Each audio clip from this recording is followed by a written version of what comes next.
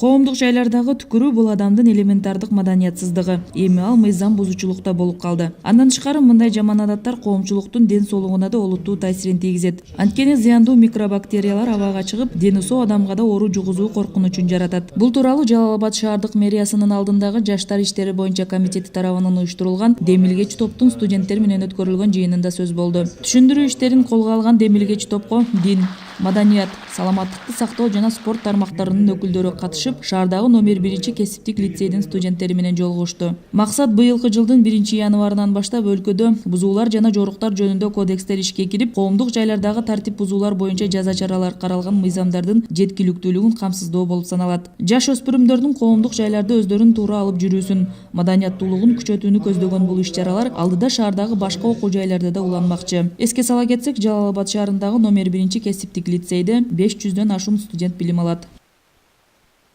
Азыркы Кыргызстанда акыркы чыккан мыйзамдар боюнча айта кетсек, азыр бизди коомду деги эле баардыгыны маданияттуулукка чакырып жатпайбы. Ошондуктан биз ушул чакырыкты медицина кызматкерлери бүт колдойт элек, ушуга коомчулуктагы активдүү катышып, ушул иш-чараны жакшы жогорку деңгээлде өткөрсөк, биз кескин түрдө жугуштуу оорулардан арылат элек деген ойдомун. Ушу жаштарга жеткиликтүү түшүндүрүп, ошолордун тили менен сүйлөп айтып атканы биздин мына тарбия иштерине дагы абдан жакшы жардам болуп атат.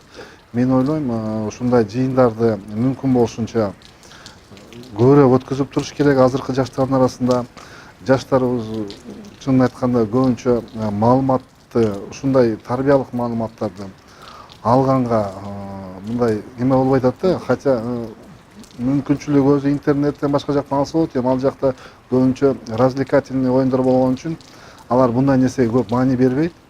Ал эми ушундай чоң жыйындарда ушул авторитеттерден чакырылганы биз үчүн мен өтө пайдалуу болду. Биздин жаштарга буну токтотпош керек, мындай нерсени аябай тез жүргүзүп туруш керек. Себеби биздин жаштардын арасында жалпы эле коомубузда бул адеп аклакты унута баштады, чынын айтканда.